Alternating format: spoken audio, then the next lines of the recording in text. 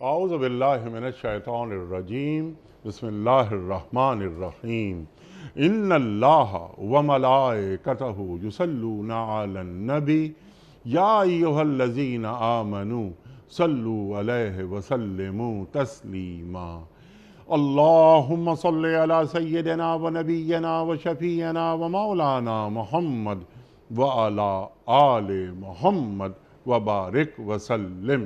محترم خواتین و حضرات، السلام علیکم ورحمۃ اللہ۔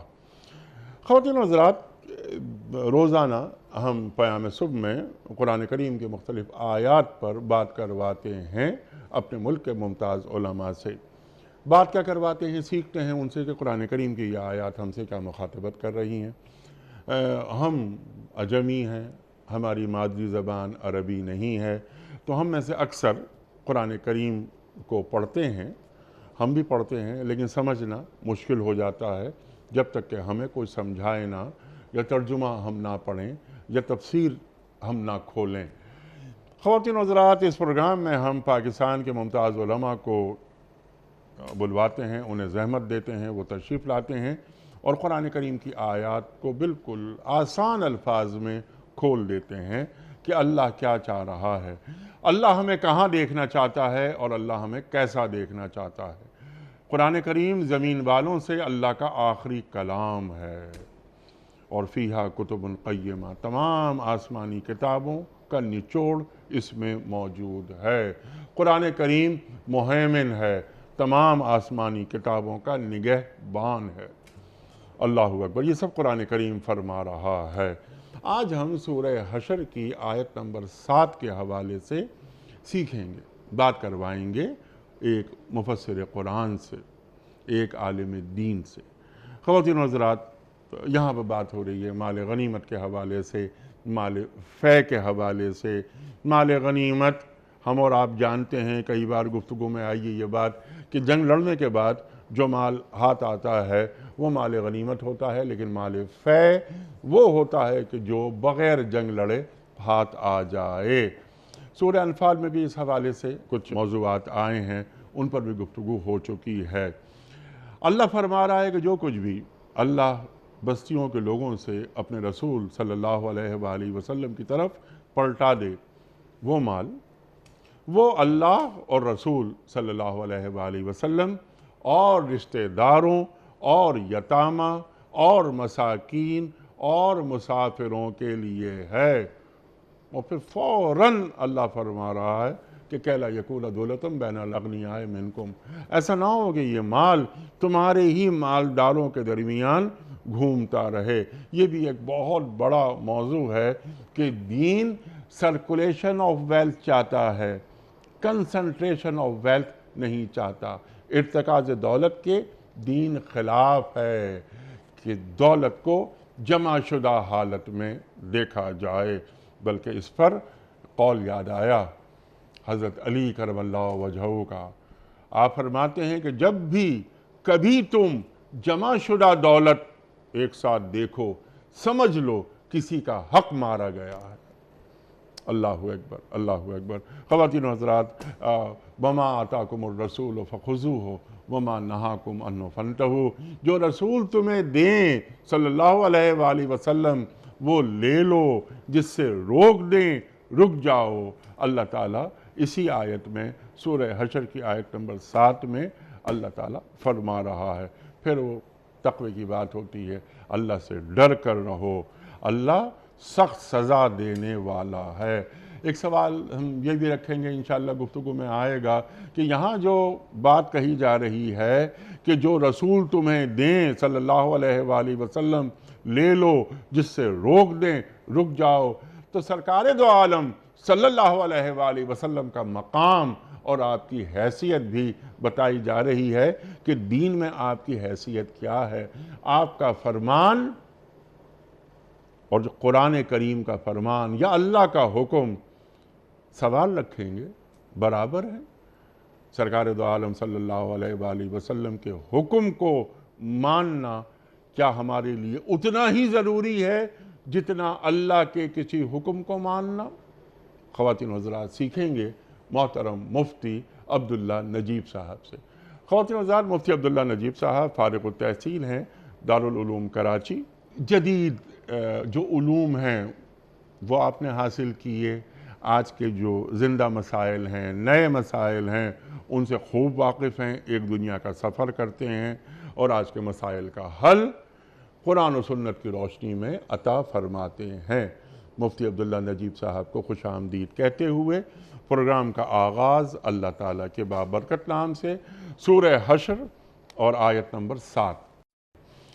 اعوذ باللہ من الشیطان الرجیم، بسم اللہ الرحمن الرحیم۔ ما افاء اللہ علی رسولہ من اہل القرى فللہ وللرسول ولذی القربى والیتامی والمساکین وابن السبیل کئی لا یکون دولة بین الأغنیاء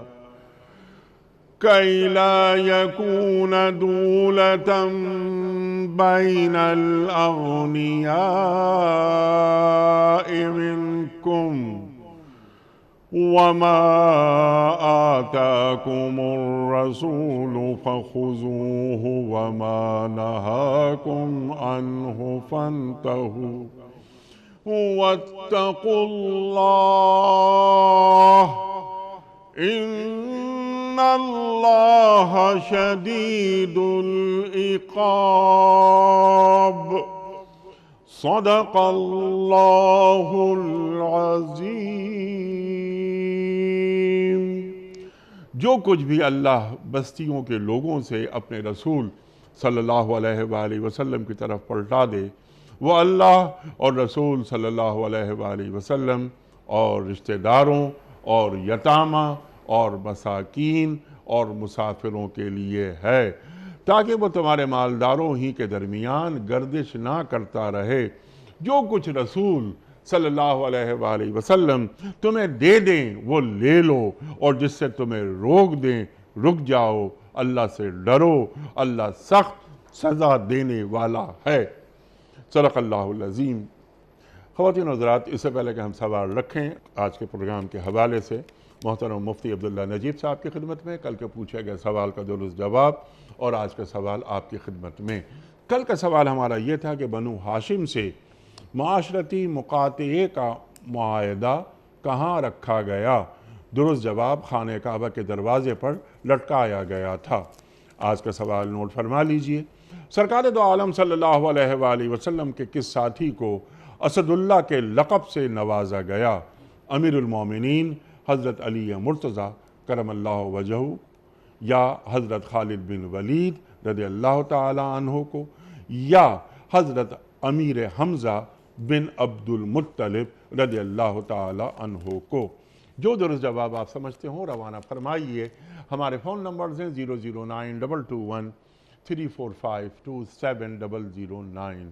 ہمارا دوسرا فون نمبر ہے 009221343000980۔ ہمارا ای میل ایڈریس ps@dunyatv.tv، ہمارا SMS کا نمبر 3031، اور ہمارا واٹس ایپ کا نمبر ہے 00923258250194۔ حضرت ارشاد فرمائیے، یہ شان نزول کیا ہے؟ اس آیت کا پس منظر پہلے وہ بیان فرما دیجیے۔ بسم اللہ الرحمن الرحیم، نحمدہ و نصلی علی رسولہ الکریم، اما بعد۔ یہ سورہ حشر کی آیات ہیں، اور سورہ حشر جو ہے بنیادی طور پر بنو نذیر کا جو قبیلہ تھا اس کے لیے نازل کی گئی، بلکہ اس سورت کا دوسرا نام ہی بنو نذیر ہے، سورہ بنو نذیر۔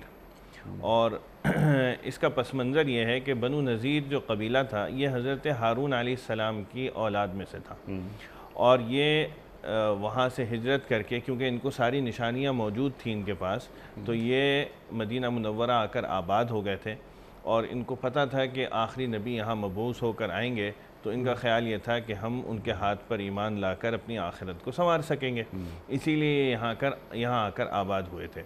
چنانچہ جب آپ علیہ السلام تشریف لائے تو انہوں نے دیکھتے ہی آپ علیہ السلام کو پہچان لیا، اور جو نشانیاں ان کو کتابوں میں پڑھتے آئے تھے ان سب پر وہ جو تھیں وہ بالکل مطابق ان کے سامنے آئیں، اور اس کے مطابق ان کو یقین ہوا کہ یہی نبی آخری نبی علیہ السلام ہیں۔ لیکن صرف ایک یہ ہوا کہ کیونکہ یہ لوگ بنی اسرائیل سے تعلق رکھتے تھے اور آپ علیہ السلام کا نسب حضرت اسماعیل علیہ السلام سے تھا، تو اس عداوت اور اس بغض میں وہ یہ سمجھ رہے تھے کہ وہ حضرت ہارون علیہ السلام کے خاندان سے یا ان کی اولاد سے ہوں گے کم از کم۔ تو جب وہ ایسا نہیں ہوا تو اس غصے میں اور اس حسد میں اور اس بغض اور عداوت میں وہ ایمان لانے سے کترا گئے۔ جب آپ علیہ السلام مدینہ منورہ تشریف لائے تو آپ نے یہاں آ کر مختلف قبائل یہود سے معاہدہ کیا، اور ان کے ساتھ معاہدہ یہ طے ہوا تھا کہ دونوں ایک دوسرے کے دشمن کا ساتھ نہیں دیں گے بالکل بھی۔ یہ معاہدے کی ایک شق اس میں یہ بھی تھی۔ بنو نذیر نے کچھ عرصے تک تو اس پہ عمل کیا، لیکن اس کے بعد پھر انہوں نے کفار کے ساتھ گٹھ جوڑ کرنا شروع کر دیا، اور پھر بالآخر ایک موقع یہ آیا کہ ان کو جلا وطن کیا گیا، اور جلا وطن کرنے کا ان سے کہا گیا کہ آپ یہاں سے علاقہ چھوڑ کے دوسری جگہ چلے جائیں۔ تو اسی ضمن میں کیونکہ انہوں نے یہ بات مانی نہیں، بلکہ جنگ و جدال پر آ گئے اور مقابلے پر آ گئے۔ تو اسی کے ضمن میں یہاں مال فے کا بھی ذکر ہے، کیونکہ جیسے آپ نے بیان کیا کہ مال غنیمت وہ ہوتا ہے جو لڑائی کے بعد حاصل ہو، اور مال فے وہ ہوتا ہے جو بغیر جنگ کے حاصل ہو جائے یا کسی صلح کی بنیاد پر وہ دیا جائے، تو وہ بھی مال فے کے حکم میں ہے۔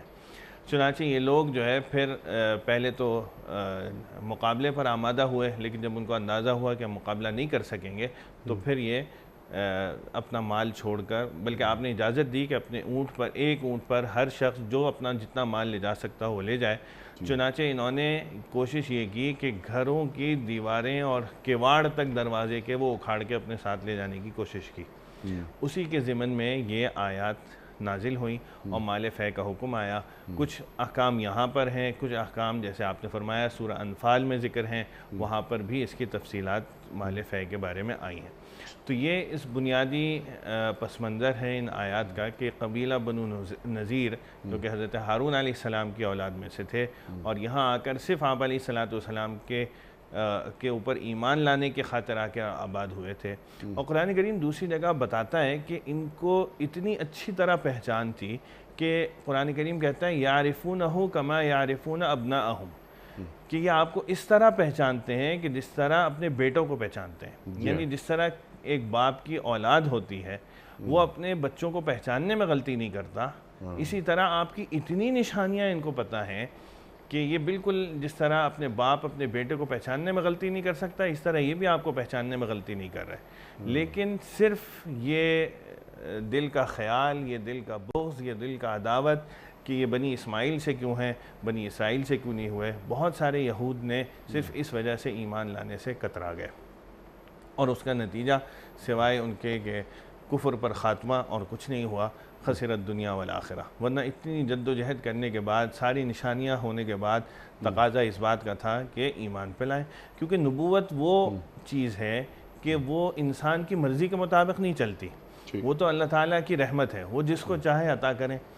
تو وہ رحمت اللہ تعالیٰ نے آخری نبی کی اپنے حکمت بالغہ سے یہ سوچا کہ اس کا فیصلہ کیا کہ وہ حضرت اسماعیل علیہ السلام کی اولاد سے ہوں، چنانچہ آپ علیہ السلام انہی کی اولاد سے ہوتے ہوئے تشریف لائے۔ لیکن اب یہود کیونکہ اس بات پر عزم تھے کہ ہمارے ہی خاندان سے ہونا چاہیے تھا، نبوت کا ایک بہت بڑا سلسلہ ان کے خاندان میں رہا، تو بس وہ کیونکہ آخری نبی کو سب سے زیادہ شرف حاصل تھا تمام انبیاء کرام علیہ السلام پر، لہٰذا وہ صرف اس عداوت میں دین پر اور اسلام قبول کرنے سے کترا گئے۔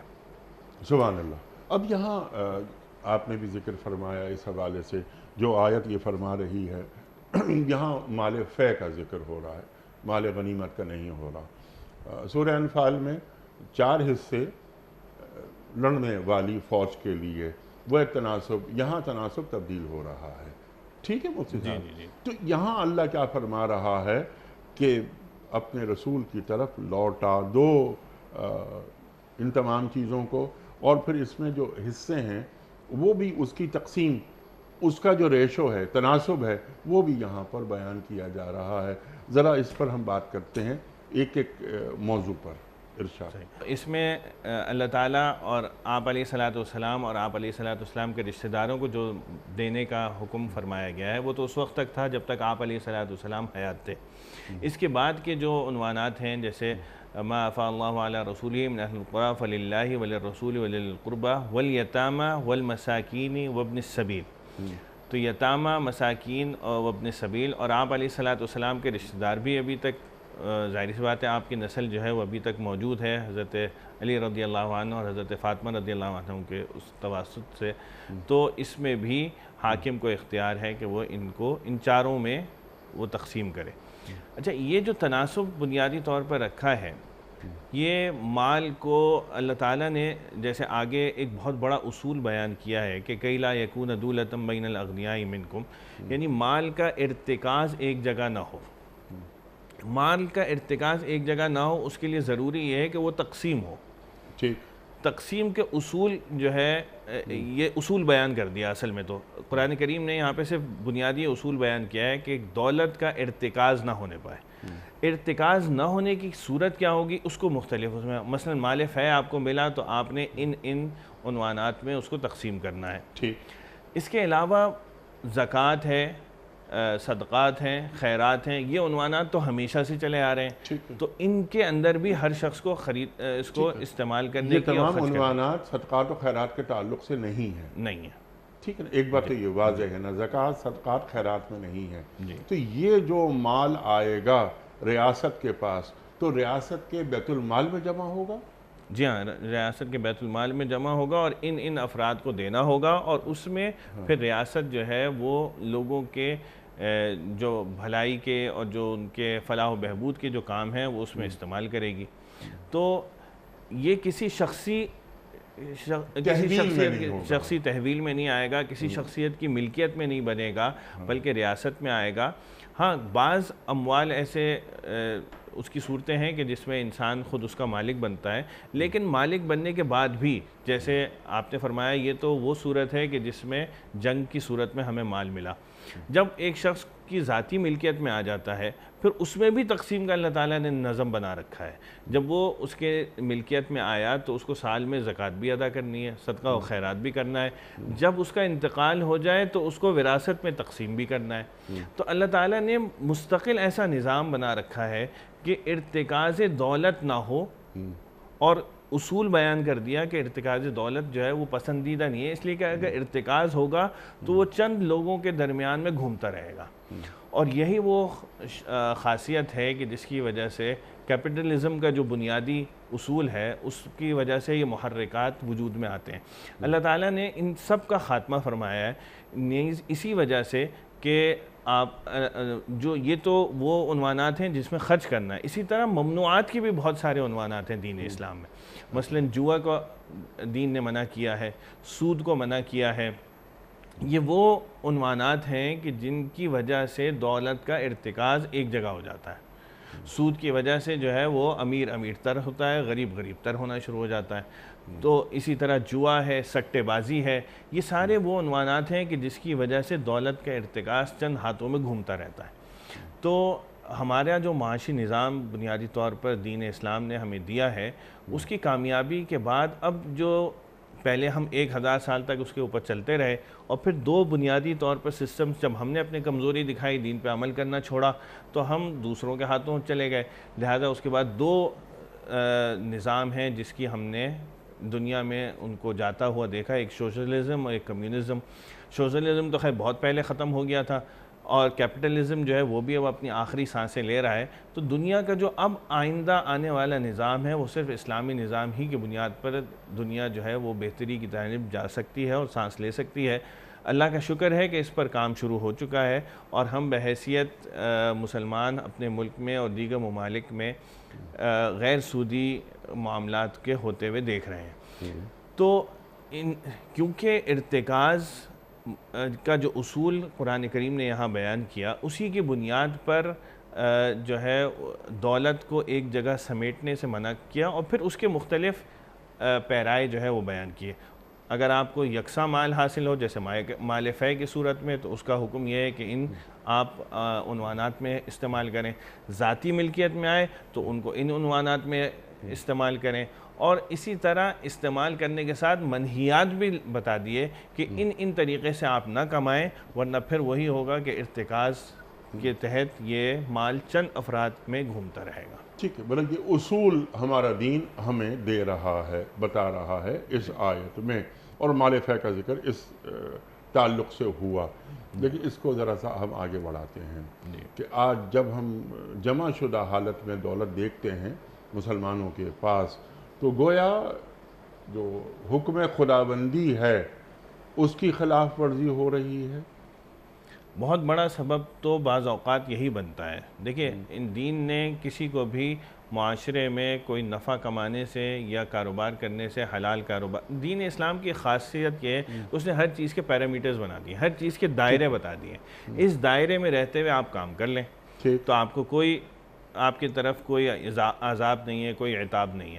آپ نے جیسے ہی وہ دائرہ کراس کیا، وہ پیرامیٹر کراس کیا، وہ پھر دائرہ آپ کیا ہے؟ اگر ایک شخص ہے جو اس نے یعنی بلینز ٹریلینز وہ کما رہا ہے، لیکن وہ اللہ اور اللہ کے رسول صلی اللہ علیہ وآلہ وسلم کے احکامات کی بھی پابندی کر رہا ہے، تو کیا ارتکاز دولت تب بھی حرام ہوگا؟ نہیں ہو سکتا، ارتکاز دولت ہو نہیں سکے گا۔ نظم ایسا ہے، وہ ایسے کہ دیکھیے، جب اللہ کے ایک شخص جو ہے جب وہ مال کما رہا ہے تو اللہ تعالیٰ نے اس کے اوپر یہ تو ممنوع کیا کہ تم سود کے ذریعے سے نہیں کماؤ گے، جوا کاری کے ذریعے سے تم نہیں کرو گے، تو ان ممانعات سے وہ بچ رہا ہے۔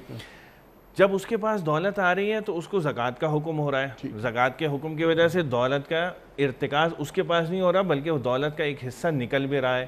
صدقات اور فقراء کی مدد کرنا، یہ بھی ایک عنوان ہے جس پر وہ عمل کر رہا ہے، تو اس سے بھی دولت کی جو ہے اس کے پاس سے نکل کے دوسروں تک جا رہی ہے۔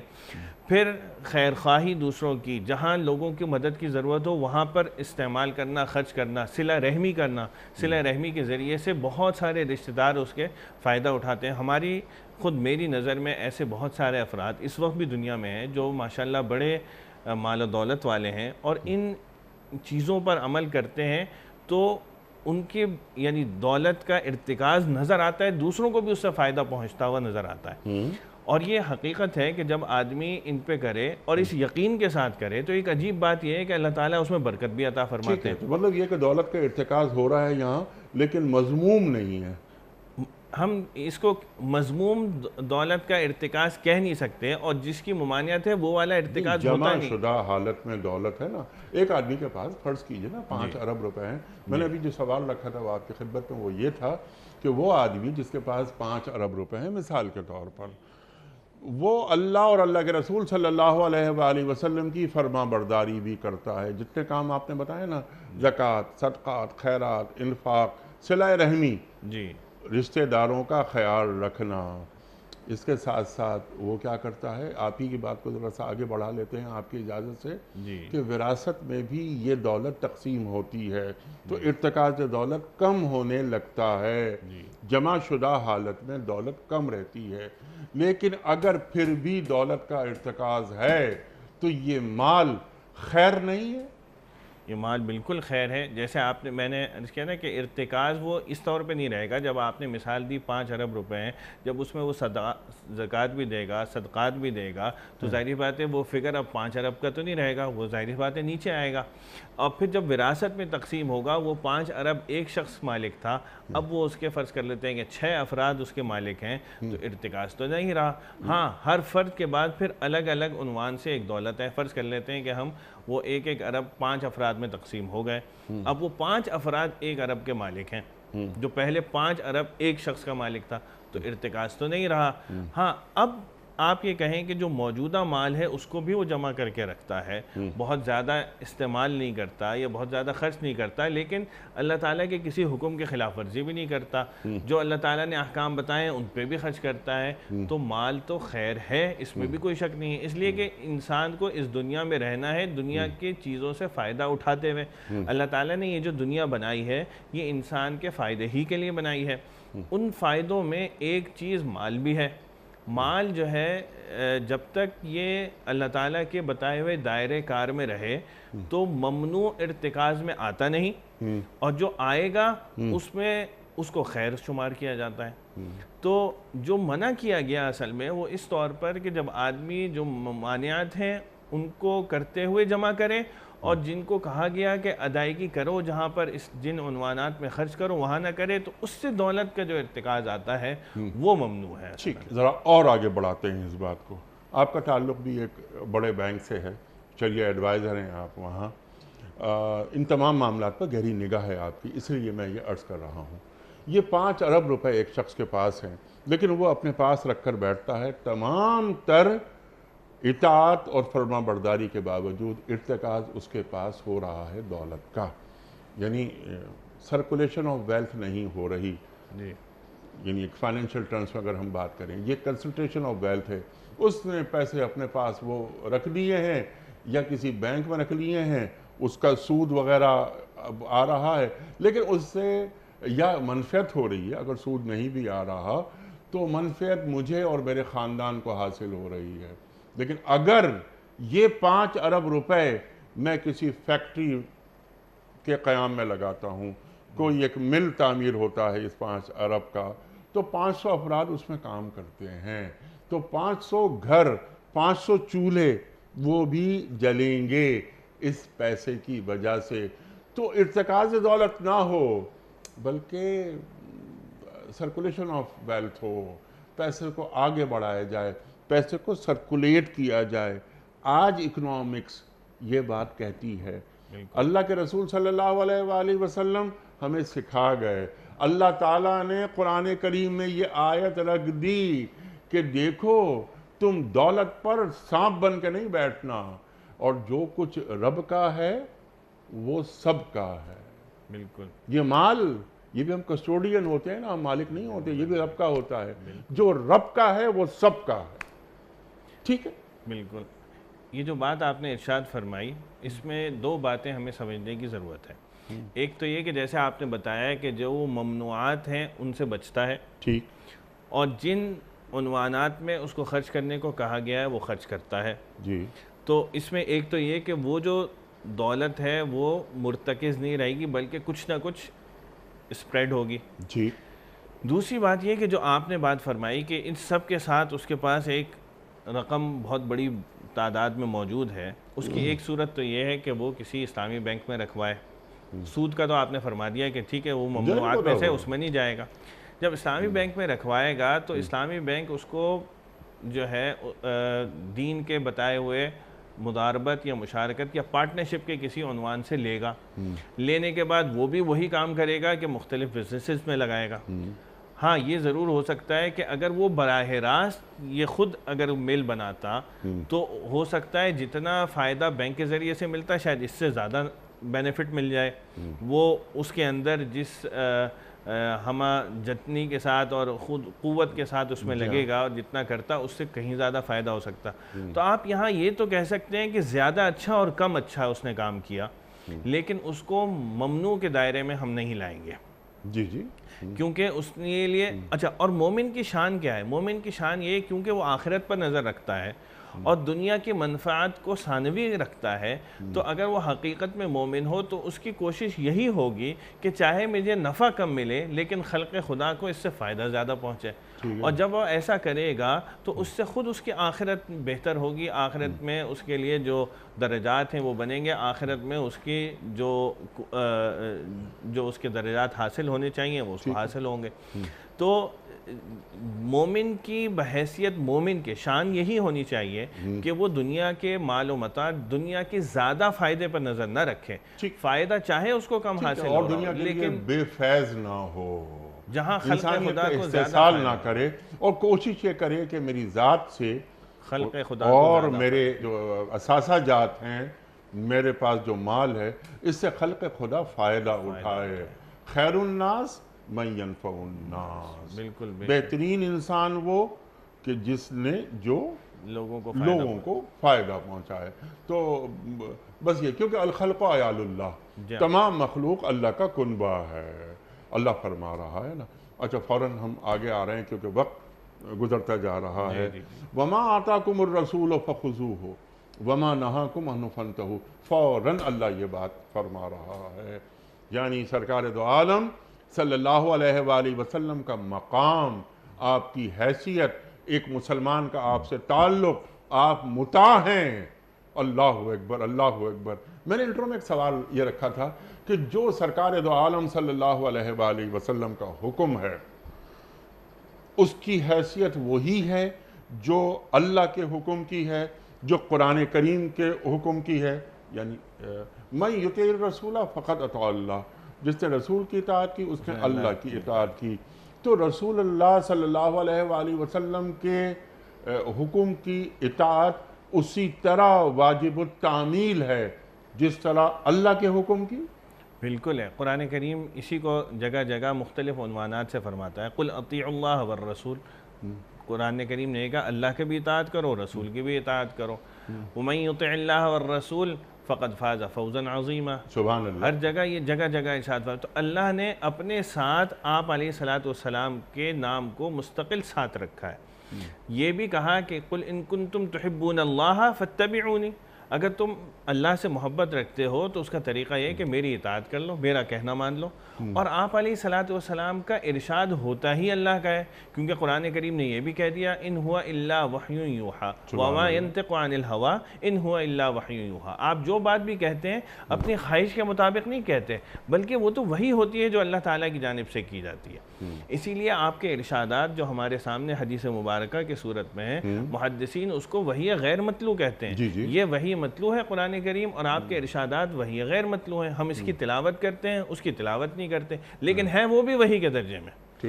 تو جب وحی کے درجے میں ہے تو جس طرح اللہ کا ماننا ضروری ہے، بالکل اسی طرح آپ علیہ الصلوۃ والسلام کے ارشادات کا ماننا ضروری ہے۔ یعنی جو قول رسول ہے صلی اللہ علیہ وآلہ وسلم، اس کی وہی حیثیت، وہی اہمیت ہے جو آیت قرآنی کی ہے۔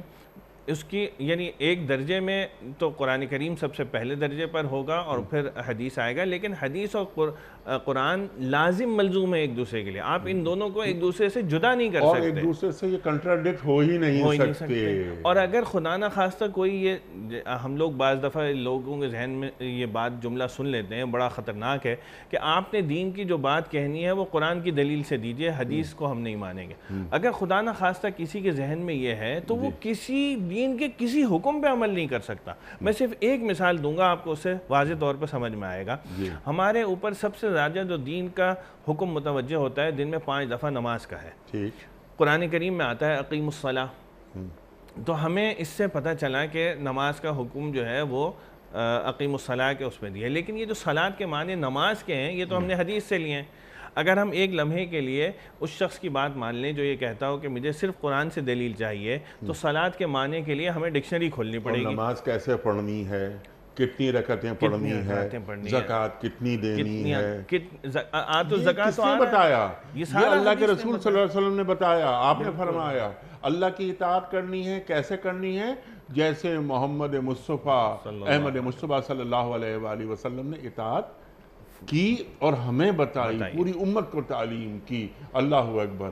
مفتی صاحب، یہ قرآن کریم بھی ایک طرح سے حدیث ہے، کیونکہ اللہ کے رسول صلی اللہ علیہ وآلہ وسلم نے فرمایا کہ یہ اللہ نے فرمایا ہے، آپ کے ذریعے یہ قرآن ہمیں مل رہا ہے۔ تو مقام مصطفیٰ صلی اللہ علیہ وآلہ وسلم اگر بہو نہ رسیدی تمام بولا حبیث۔ اللہ اکبر، اللہ اکبر۔ تو اللہ کے رسول صلی اللہ علیہ وآلہ وسلم جو دے دیں وہ لے لو، جس سے روک دیں رک جاؤ۔ جو احکام بھی دیں گے وہ ماننا ہمارے لیے ضروری ہے، جن احکام کو آپ نے منع کر دیا ان سے رک جانا ہمارے لیے ضروری ہے۔ اسی میں کامیابی ہے، کیونکہ جس طرح قرآن نے جس بات کو کہہ دیا اسی طرح حدیث میں بھی ہمیں اسی کو ہے۔ اور جیسے آپ نے بات فرمائی کہ ایک دوسرے کے لیے اتنے لازم ملزوم ہیں کہ بعض اوقات اگر ہم ان کو الگ کریں گے تو ہمیں سمجھ میں ہی نہیں آئے گا کہ اس کا حکم کیا ہے۔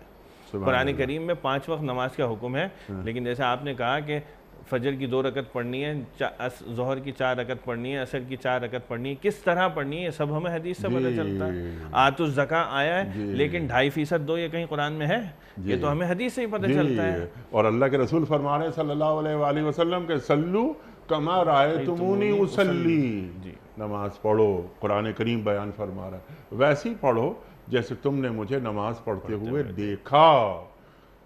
سبحان اللہ سبحان اللہ۔ فوراً اللہ تعالیٰ واتقوا اللہ کی بات کرتا ہے، فوراً، یعنی اس کے بعد کہ اللہ سے ڈرتے رہو، میری سزا بہت سخت ہے۔ اب یہاں جو اللہ بیان کرتا ہوا آ رہا ہے کہ کَیْلَا یَکُونَ دُولَةٌ بَیْنَ الْأَغْنِیَاءِ مِنکُم، دولت کا ارتکاز نہ ہو، گھومتی رہے دولت معاشروں میں، ریاست میں۔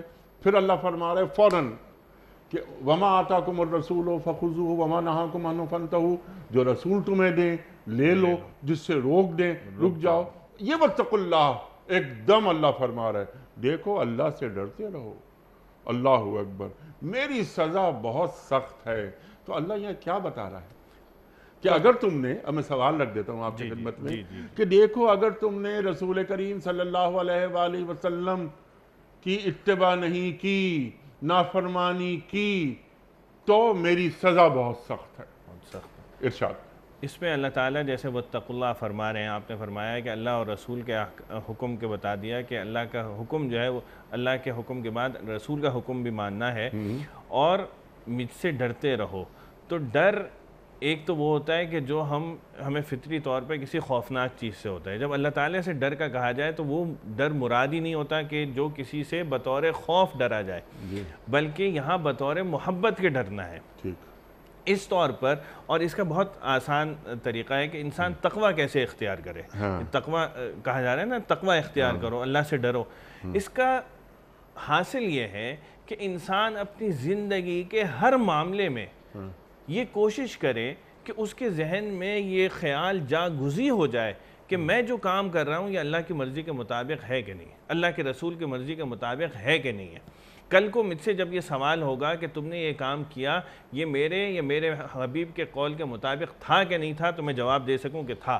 اگر تھا تو ٹھیک ہے، اور اگر وہ نہیں تھا تو میں اس سے رک جاؤں۔ ٹھیک ہے، مجھے پوری زندگی میری اطاعت و فرمانبرداری میں گزرنی چاہیے۔ یہ ہے ٹوٹل، یعنی ٹوٹل پیکج ہے یہ عبودیت کیا ہوتی ہے۔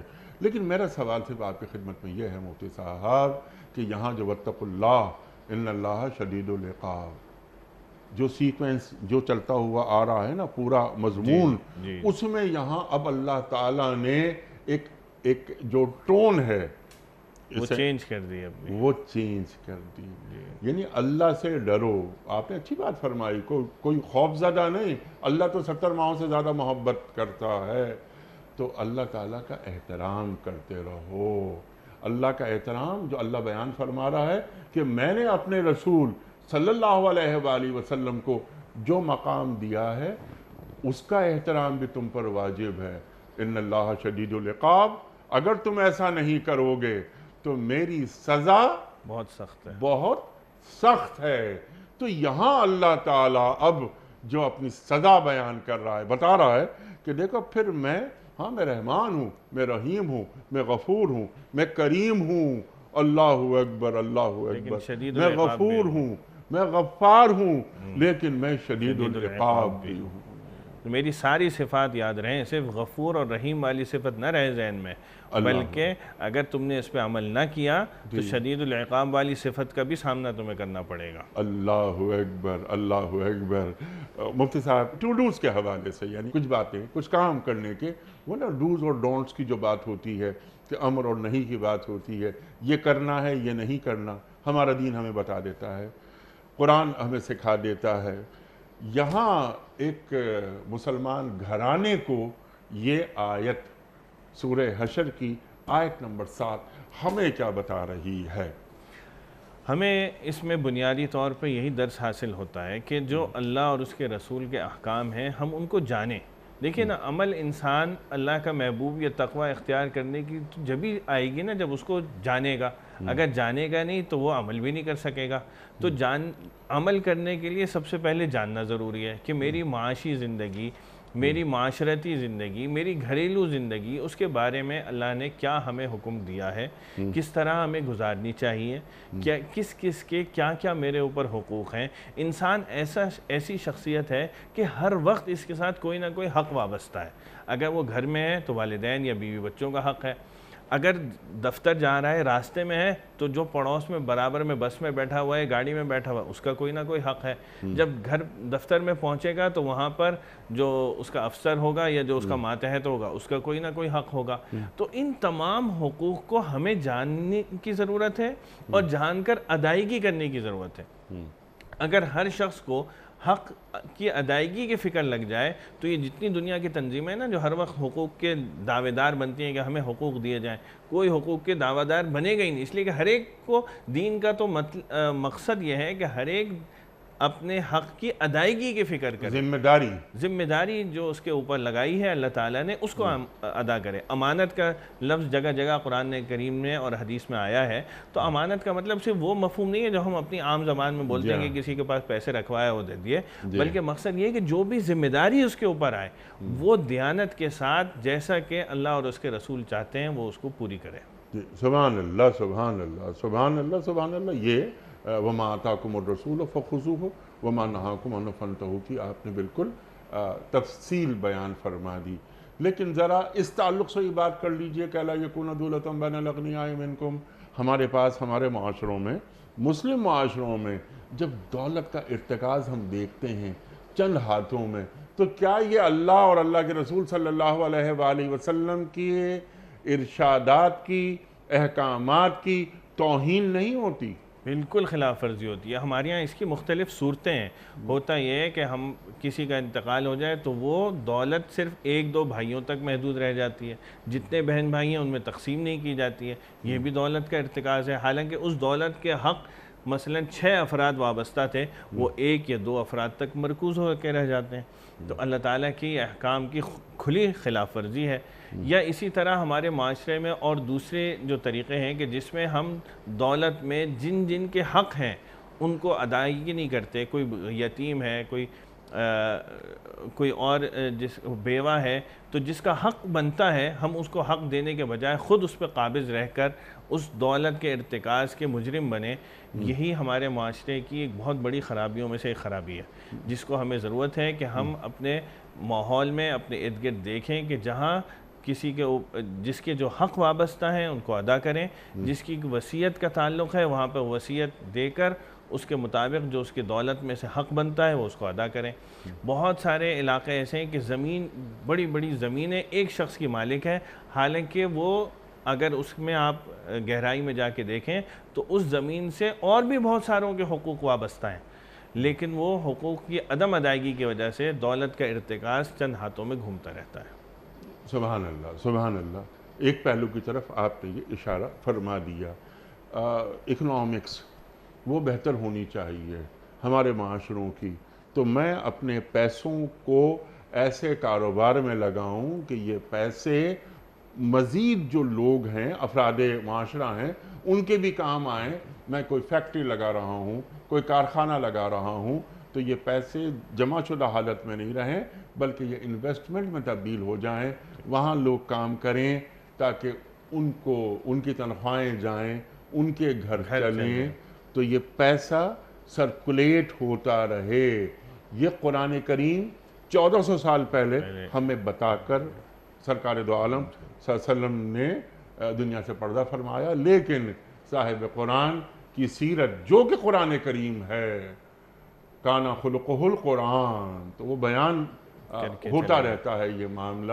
تو ہم اس انداز سے نہیں دیکھتے. ہم اگر میں 10 افراد کو روزی فراہم کر سکتا ہوں اپنے پیسوں سے, یا 10,000 کو یا 10 لاکھ کو, تو مجھے یہ کام کرنا چاہیے نا.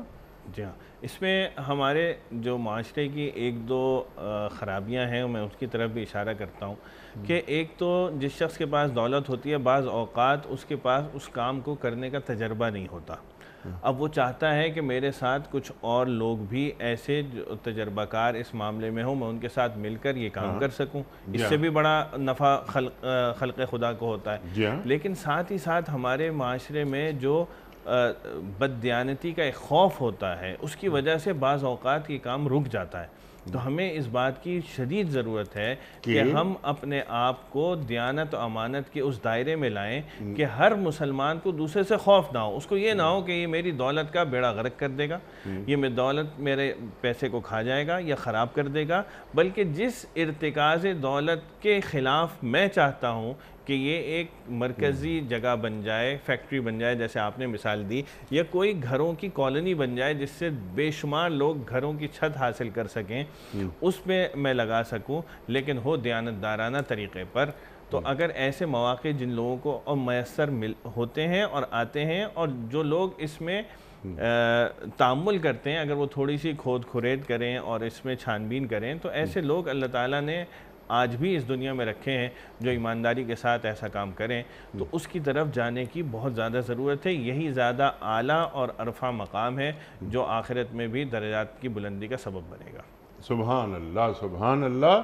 دین کیسی معاشرت دیکھنا چاہتا ہے؟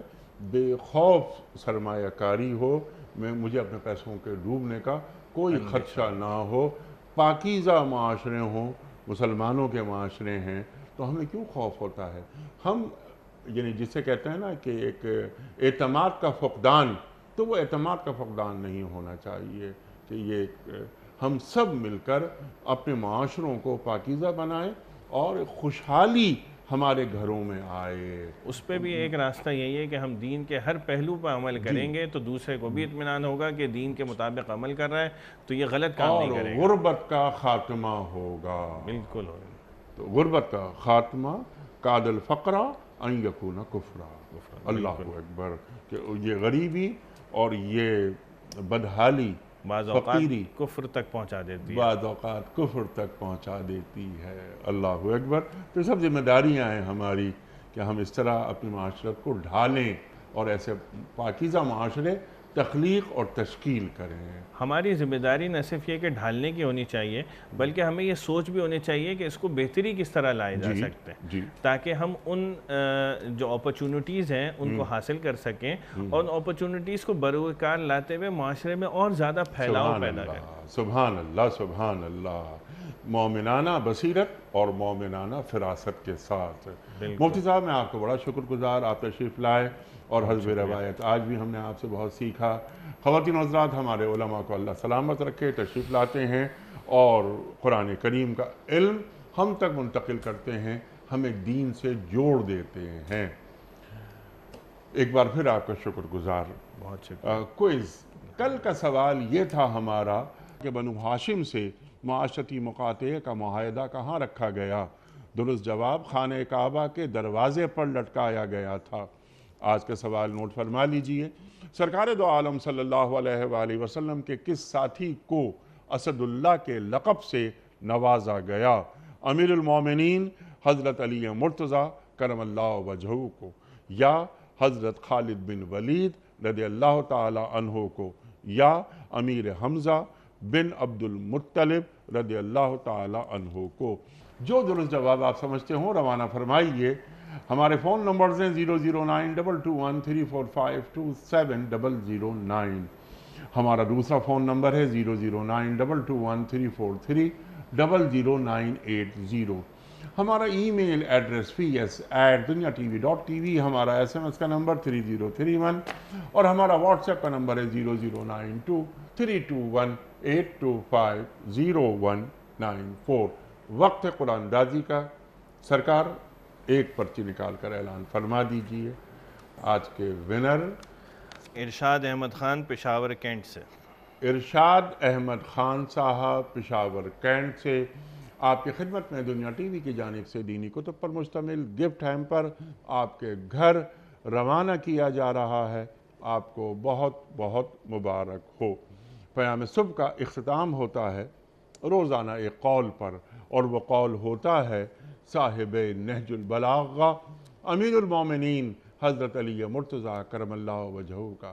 آپ فرماتے ہیں کہ خیر اور بھلائی وہی پاتا ہے جو اس پر عمل کرتا ہے۔ خیر اور بھلائی وہی پاتا ہے جو اس پر عمل کرتا ہے۔ سبحان اللہ، سبحان اللہ۔ اپنے میزبان انیق احمد کو کل تک کے لیے اجازت دیجیے۔ خدا حافظ۔